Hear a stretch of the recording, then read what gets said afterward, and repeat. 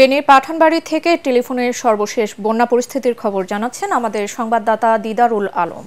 ফেনী পৌরসভা থেকে পানি নামতে শুরু করেছে এবং ফেনী সদরের বেশ কয়েকটি গ্রাম এখনো পানিবন্দী রয়েছেন ওখানকার বানবাসী মানুষরা।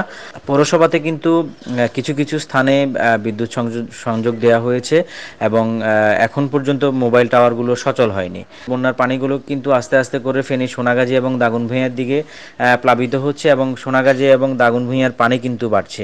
এই বন্যার পানিগুলো নেমে যাওয়ার জন্য ফেনীর যে মুহুরী রেগুলেটর রয়েছে সেই রেগুলেটরের 40টি গেট খুলে দেওয়া হয়েছে এবং বন্যার পানি কিন্তু এখন সমুদ্রের দিকে নামছে এবং মুসাপুরেরও কিন্তু 17টি যে সুইচ গেট সেই সুইচ গেট খুলে দেওয়া হয়েছে। এই মুহূর্তে কিন্তু যে সকল আশ্রয়কেন্দ্রগুলো খোলা হয়েছে সে সকল আশ্রয়কেন্দ্রগুলোতেও কিন্তু খাবারের সংকট দেখা দিয়েছে, পানির সংকট দেখা দিয়েছে, যে কারণে আসলে যে সকল সংগঠনগুলো খাদ্য নিয়ে আসছেন এবং জেলা প্রশাসন এবং সেনাবাহিনী সহ যারা ত্রাণ বিতরণ করছেন, আসলে ত্রাণ বিতরণগুলো আসলে সবাই আসলে পাচ্ছে না।